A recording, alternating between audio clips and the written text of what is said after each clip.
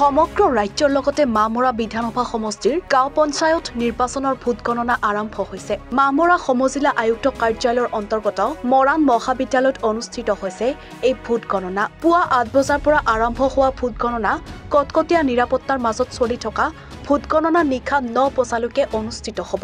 ইতিমধ্যে সৰ্বদয় গাঁও পঞ্চায়তৰ অগপ দলৰ হৈ পূৰ্ণানন্দ চুতীয়াই জয়লাভ কৰিছে।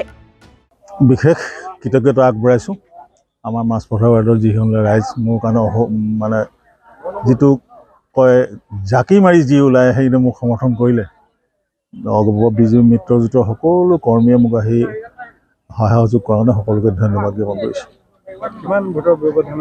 মই এইটো এটা লেখত ল'বলগীয়াই ব্যৱধানটো হৈছে, কাৰণ আজিলৈকে দেখা নাই কোনো এটা ৱাৰ্ডৰ পিছত তাৰতম্যত বা ব্যৱধানটো ইমান বেছি হয়। 204টা ভোটৰ ব্যৱধান মই জিকিছোঁ। 239টা কংগ্ৰেছে পাইছে আৰু আমাৰ মিত্ৰজোঁটে পাইছে 443টা।